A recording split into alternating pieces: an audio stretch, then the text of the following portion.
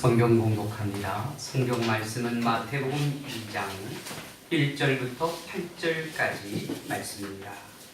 마태복음 2장 1절부터 8절까지 제가 한 절 읽고 여러분이 한 절 읽고 그렇게 서로 교독하도록 하겠습니다. 제가 먼저 1절 말씀 읽겠습니다. 헤롯 왕 때에 예수께서 유대 베들레헴에서 나심에 동방으로부터 박사들이 예루살렘에 이르러 말하되 그의 영광으로 나시니가 어디 있느냐? 우리가 동방에서 그의 별을 보고 그에게 경배하러 왔노라 하니. 헤롯 왕과 온 예루살렘이 듣고 소동한지라. 왕이 온 예루살렘에서 그리스도가 어디서 나셨느냐 물으니. 이르되 유대 베들레헴이 오니 이는 선지자로 이렇게 기록된 바 또 유대 땅 베들레헴아 너는 내게 보고 있어서 가장 작지 아니하도다. 내게서 한 말씀이 자라와서 내 백성 이스라엘의 목자가 되리라 하셨습니다. 이에 헤롯이 가만히 박사들을 불러 별이 나타난 때를 자세히 묻고 베들레헴으로 보내오되 가서 이에 대하여 선전하고 착하거든 내게 와하여 나가서 내게 경배하리라. 아멘. 할렐루야. 하나님의 크신 은혜가 오늘 이 시간 우리 모두 위에 함께 하시기를 주님의 이름으로 축원합니다. 우리 3일 만에 일주일 만에 됐는데요. 우리 좌우로 또 앞뒤로 주의 이름으로 환영합니다. 축복합니다. 그렇게 인사 나누겠습니다. 주의 이름을 환영합니다.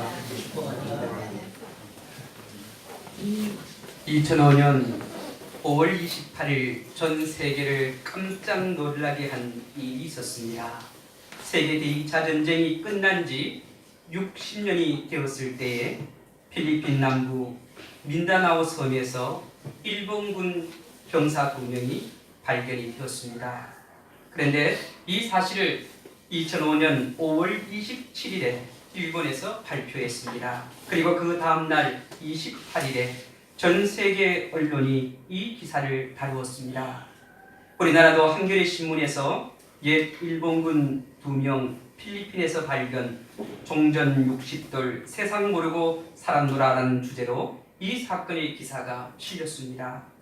이렇게 60년 동안 전쟁이 끝난지도 모르고 살았던 주인공은 옛 일본 육군 34단 소속의 야마가와 요시오 대위와 나카우치 스즈키 상병이었습니다. 당시 34단의 병사들은 식량이 부족한 상태였습니다. 그런데 식량이 부족해서 자기 스스로 그 식량을 해결하면서 계속해서 전투를 하다가 미국 전투기의 공습으로 뿔뿔이 밀림 지역으로 흩어지게 되었습니다. 그런데 전쟁이 끝났지만 이 두 사람은 종전의 소식을 듣지 못해 무려 60년 동안 밀림 지역에서 전쟁의 두려움과 공포 속에 살았다는 겁니다. 그런데 오늘날 사람들 가운데 보게 되면 이 2명의 일본군처럼 세상을 살아가는 사람들이 많습니다. 하나님의 아들이신 예수님께서 이 땅에 평화의 왕으로 오셨지만 그리고 또 이 예수님께서 이 땅에 오셔서 세상 사람들에게 참된 기쁨과 평화를 누리게 해주셨지만 안타깝게도 하나님의 아들이시 이 땅에 오셨음에도 이 사실을 알지 못하거나 믿지 못하는 그래서 불안과 근심과 염려와 근심 속에 살아가는 사람들이 있다는 겁니다. 최초의 인간 아담과 하와가 에덴 동산에서 범죄한 이후에 하나님께서 인간들에게 끊임없이 약속하신 것이 있습니다. 그것은 죄로 말미암아 죽을 수밖에 없는 인간을 구원할 메시아를 이 땅에 보내주시겠다는 약속이었습니다. 여러분, 사실 구약 성경의 핵심은 메시아를 보내주시고 그 메시아를 통해 하나님의 나라를 이루겠다는 언약이 구약의 핵심입니다. 그래서 이스라엘 백성들은 항상 메시아가 이 땅에 오기만을 기다렸습니다. 메시아가 오면 자기들의 모든 문제가 해결되고 진정 하나님의 나라가 이루어질 것이라고 기대했다는 겁니다. 그런데요, 하나님께서 약속하신 메시아 이 예수 그리스도께서 이 땅에 오셨지만 예수님을 환영하며 기쁨으로 맞이했던 사람들은 많지 않았다는 겁니다.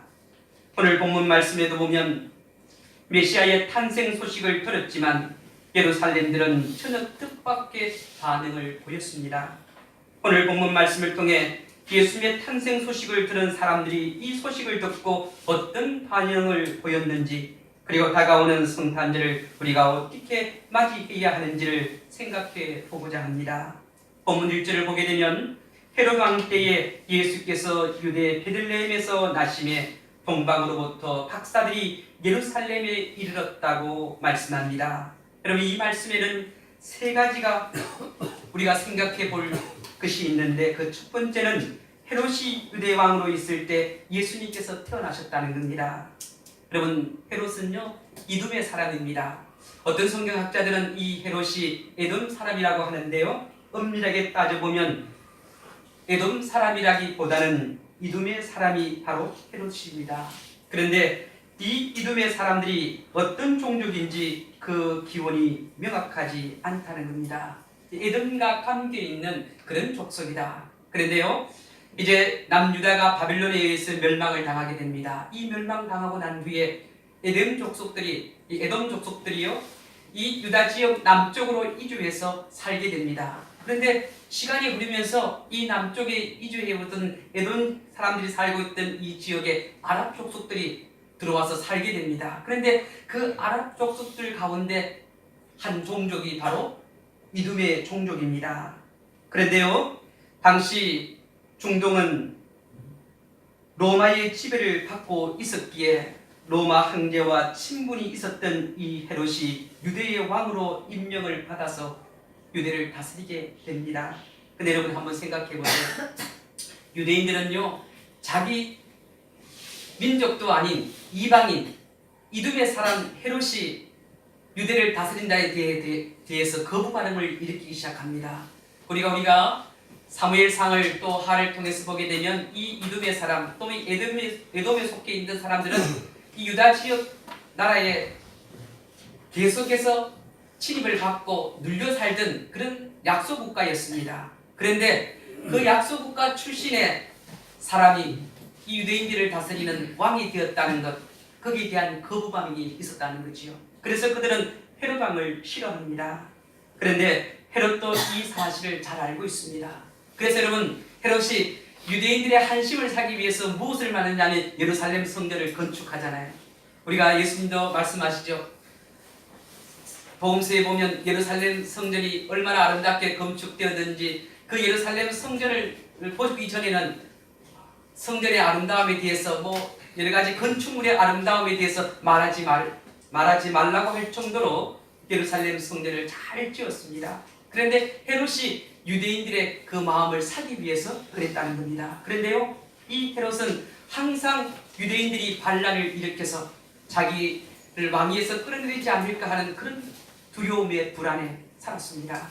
그래서요, 이 헤롯은 유대인들에게 정책적으로 잘 해주었지만, 그리고 유대인들에게 반대하는 사람들에게는 가차없이 죽였다는 거예요.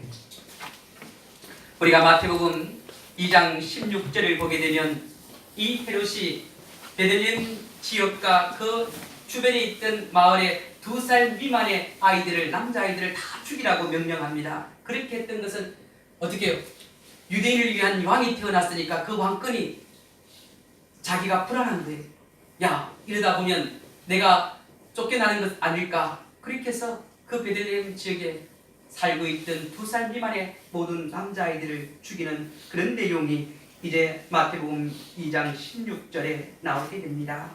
그리고 또 1절 말씀을 통해서 보게 되면 유대 땅 베들레헴에서 예수님이 태어나셨다고 말씀합니다. 여러분, 베들레헴은요 성지순례를 해보면 예루살렘에서 베들레헴까지는 한 10km 정도 떨어져 있습니다. 남쪽으로 내려가는데, 그런데 누가복음 2장 4절을 보게 되면 유대 베들레헴을 다윗의 동네라고 그렇게 표현합니다. 다윗의 동네. 왜 베들레헴을 다윗의 동네라고 이야기했느냐면 다윗이 그곳에서 태어나고 자랐기 때문에 다윗의 동네라고 그렇게 말합니다. 근데요, 우리가 요셉과 마리아를 보게 되면 이 요셉과 마리아가 어디에 살고 있느냐면 나사렛이라는 지역에 살고 있습니다. 그러면 지금 이제 오늘 본문에 나오는 이 예루살렘은 유대 지역이 소속이 되어 있거든요. 그런데 이 요셉과 마리아는 북쪽에 있는 갈릴리 지역 나사렛에 살고 있었다는 거예요. 그런데 이 나사렛에 살고 있던 이 요셉과 마리아가 이제 로마 황제의 호적을 하라는 그 명령을 받고 예루살렘을 거쳐서 베들레헴에 오게 됩니다. 왜 그렇게 오게 되냐면 비록 이 요셉과 마리아가 나사렛에서 살았지만 그들의 출신은요 다윗 집안의 출신이었기 때문에 이 베들레헴으로 가서 호적을 해야 된다는 거예요. 여러분 우리가 호적 신고할 때 보면 우리 호적이 내가 태어난 곳에 호적 신고를 하게 되잖아요. 바로 요셉도 이 다윗의 가문이었기 때문에 베들레헴에 가서 호적을 신고해야 되겠고, 그래서 이제 베들레헴에 왔다가 그곳에서 이제 아기 예수님이 태어나게 되었다는 겁니다. 세 번째로 보면 동방으로부터 온 박사들이 아기 예수님께 경배하기 위해 예루살렘으로 왔다는 거지요. 근데 우리가 동방박사라고 그렇게 표현하잖아요. 그리고 예전에 우리가 성경을 배울 때는 동방박사 세 사람이라고 그렇게 표현을 해요. 근데 실질적으로 성경에는 동방박사가 세 사람이라고 그렇게 말하지 않습니다. 왜 세 사람이라고 추측하냐면 동방박사가 예수님께 드렸던 예물이 황금과 유황과 몰약 이 세 가지였기 때문에 한 사람이 한 가지씩 준비해서 왔다고 생각해서 세 사람이라고 하는데 세 사람이 아니에요. 성경은 동방박사들이라고 그렇게 표현합니다. 그런데 성경학자들은요 이 동방박사들이 동방에서 온 이 박사들이 페르시아 지역에서 왔을 것이다 그렇게 추측을 합니다. 그런데 이 페르시아 지역에서 별들을 간척하던 점성술사들 그들이 아니었나 하는 추측을 하게 돼요. 이제 별을 보고 점을 치는 거지요. 또 길풍을 점치는 거예요. 사람의 운명을 점치는 그런 점성사들 가운데 이제 한 일부가 동방박사들이 예수님께 경배하기 위해 찾아왔다는 거예요. 그들이 어떻게 예수님의 탄생을 알게 되었느냐면 어느 날 하늘의 별을 보니까 지금까지 보지 못한 빛나는 별을 발견하게 된 거죠. 그러면서 깨닫게 된 것이 이 별은 분명히 유대인들을 위한 메시아 왕이 태어날 징조다 그렇게 생각하고 이제 오게 된 거예요. 근데 우리가 성경을 통해서 보면요 이 동방박사들이 별을 보고 산을 넘고 물을 건너서 왔다고 하는데요 그 사실이 아니에요. 왜 그러냐면요 별이 나타났습니다. 그 징조를 보았습니다. 그리고 그 징조가 아마 유대 지역에 그들을 위한 왕이 태어났을 것이다 그래서 깨닫고요 이제 이 예루살렘 유대의 수도였던 예루살렘을 향해 오게 돼요. 우리가 성경을 자세하게 보게 되면 이제 예루살렘에 왔을 때 그리고 예루살렘에 들어가서 유대인들을 위한 왕이 어디서 태어났느냐고 묻고 또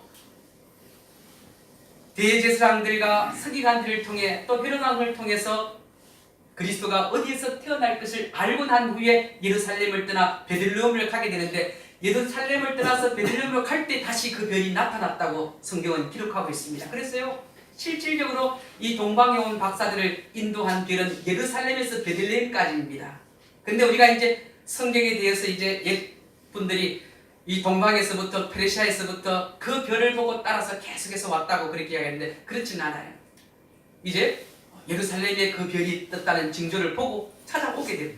그래서 예루살렘으로 오게 되죠. 여러분 한번 생각해 보세요. 그 별을 계속해서 따라왔다면 베들레헴으로 바로 가면 되잖아, 그죠? 근데 왜 예루살렘으로 왔겠느냐는 거죠. 그래서요 이 동방박사들이 와서 어떤 목적으로 왔냐면 경배하기 위해 왔다는 거예요. 여러분 우리가 이 경배란 단어에 관심을 가져볼 필요가 있습니다. 왜냐하면 이 경배란 단어는요 엎드려서 절을 한다 하는 의미입니다. 그런데 우리가 성경을 통해서 보게 되면 이 경배란 단어는 하나님께만 사용되는 단어였어요. 다시 말하면 하나님께만 드리는 경배였다는 거예요. 우리가 성경을 통해서 보게 되면 사도행전 10장 25절부터 26절을 보게 되면 고넬료라는 이방인이 이제 베드로가 자기 집에 오자 베드로에게 엎드려서 절을 하려고 했다는 거예요. 이건 베드로를 경배하려고 했다는 거예요. 그때 베드로가 깜짝 놀라서 아니다 이렇게 하면 안 된다. 나는 사람이다. 나도 당신과 똑같은 사람이기 때문에 그렇게 경배받을 대상이 아니라고 그렇게 말합니다. 그리고 또 여러분 계시록 22장 8절부터 9절을 보게 되면 사도 요한이 천사를 경배하려고 해요. 막 엎드려서 절을 하려고 할 때 이 천사가 막 말도 안 돼. 아니다.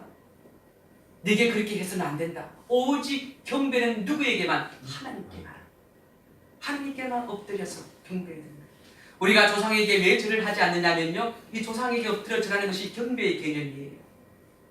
존경하고 또한. 근데 이 경배는 누구에게만 하는 거예요? 하나님께만 하는 거예요. 그래서 절을 하지 않는 거지요. 만약에 이 동방박사가요 예루살렘에 왔다면, 예루살렘에 와서 예루살렘의 왕이었던 헤롯에게 경배해야 되는데 경배하지 않았다는 거예요. 그리고 또한 아기 예수님을 만났지만 그 부모에게 경배하지 않았다는 거예요. 오로지 유대인의 왕 그리스도인 예수님께 경배했다는 거지. 경배했다는 거예요. 오늘날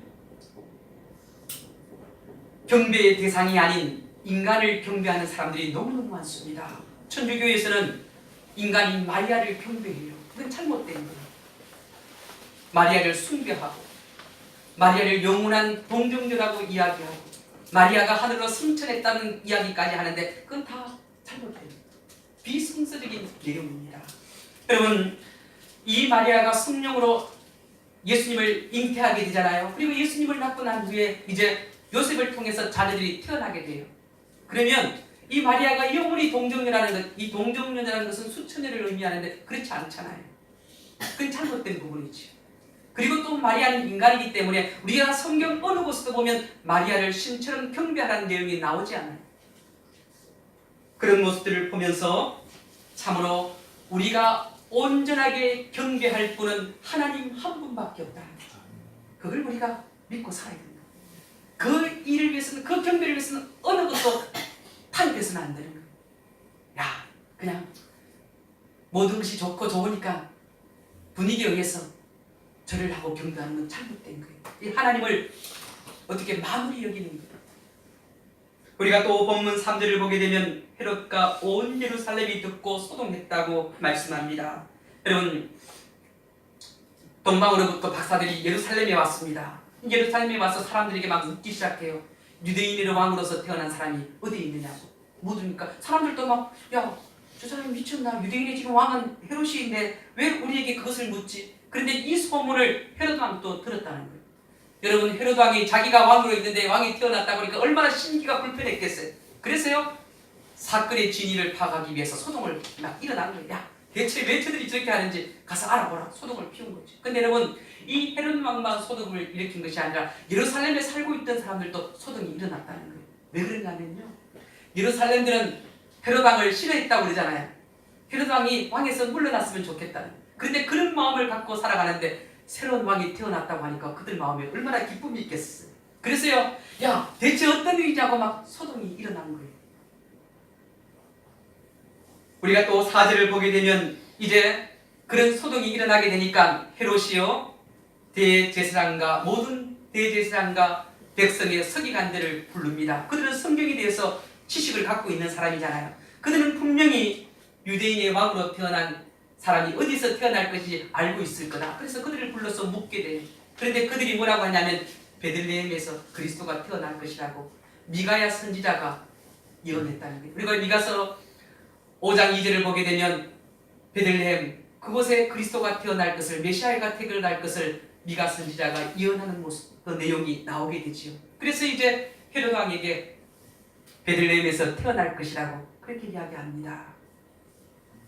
근데 여러분, 오늘 말씀을 통해서 보게 되면 이 그리스도 유대인의 왕을 찾는 사람이 이 헤롯과 동방에 온 박사들이에요. 이들이 예수님을 찾았다는 거죠. 근데 여러분, 그들이 예수님을 찾았지만 그 찾는 목적이 달랐다는 거예요. 이 동방에서 온 박사들은 왜 예수님을 찾았느냐면 예수님께 경배하기 위해서 찾았는데 이 헤롯은 예수님을 죽이기 위해서 찾습니다. 우리가 5절을 보게 되면 이제 소집된 제사장들과 서기관들이 헤롯 왕에게 그리스도가 태어날 곳을 이야기하지요. 근데 여러분, 우리가 오늘 본문 말씀을 통해서 보게 되면요, 이 그리스도의 탄생에 대한 소식을 듣게 되지요. 특히 대제사장들과 서기관들이 그리스도가 태어났다는 것을 알았다는 거죠. 그런데 여러분, 알았음에도 불구하고 그들은 더 이상 관심을 가지지 않아요.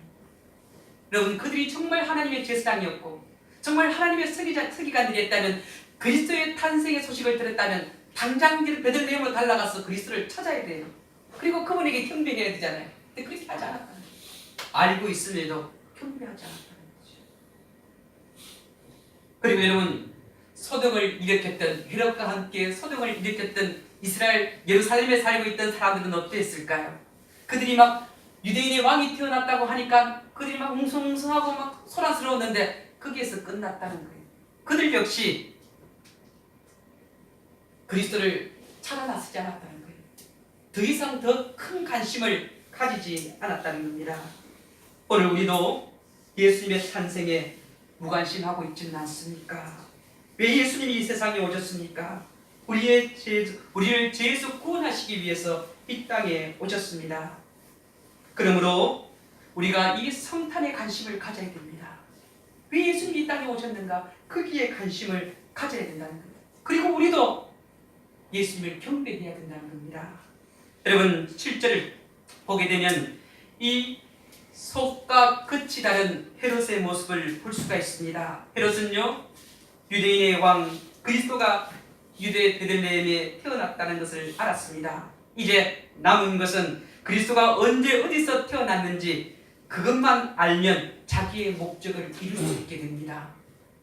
그래서 헤롯이요, 가만히 박사들을 부르게 됩니다. 우리가 성경을 통해 보면 가만히 박사들을 불렀다고 말씀하는데요.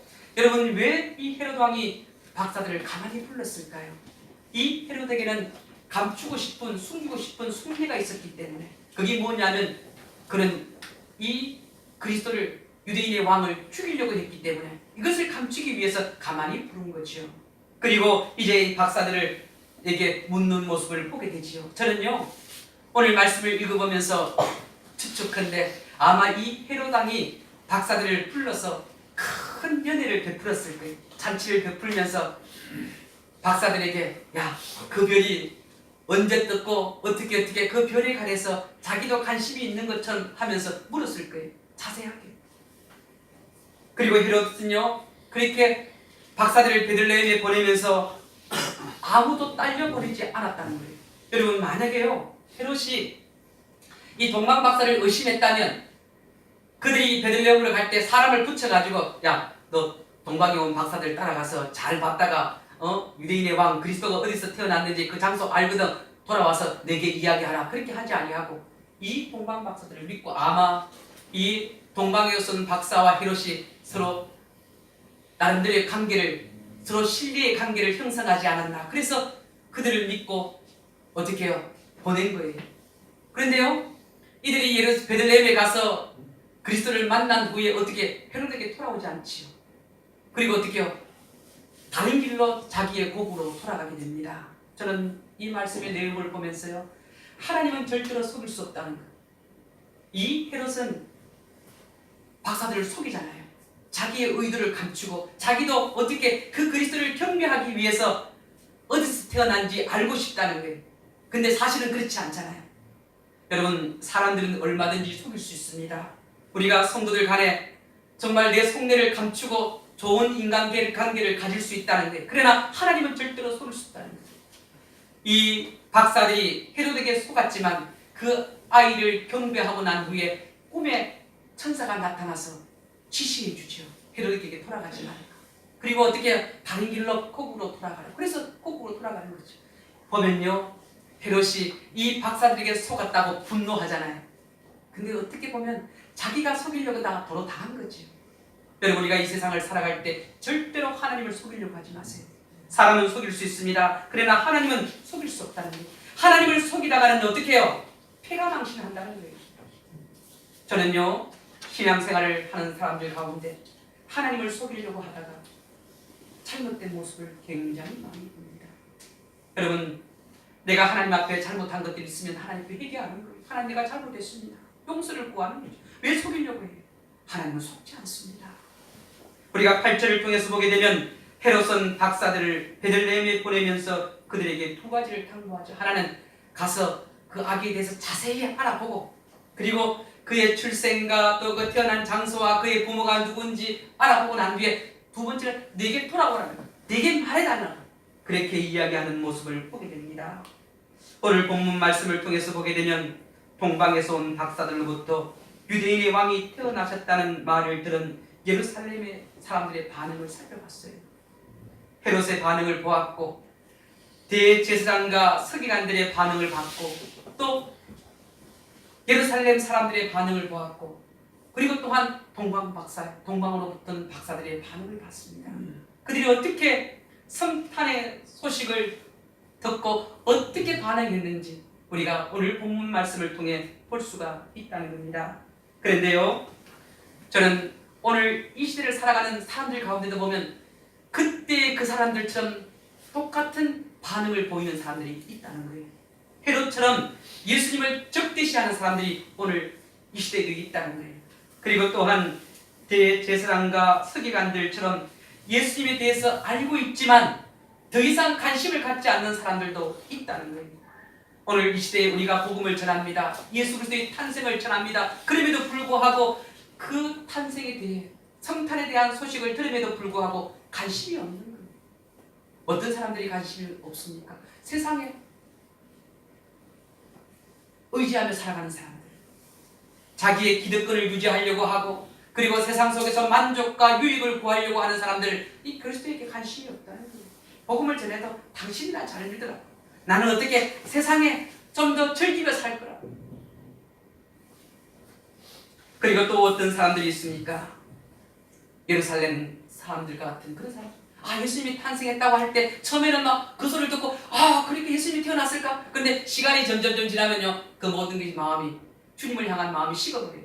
처음에는 막 뜨거운 것 같이 열기를 갖고 막 관심을 갖는데 점점 시간이 지나면 관심이 없어지는 거예요. 예수님에 대해서. 그러나 여러분, 동방 박사를 생각하면요, 그들은요, 제가 성경을 통해서 봤는데 페르시아에서 예루살렘까지 거리가 얼마냐니까 한 2,900km 정도 될 것 같아요. 2,900km.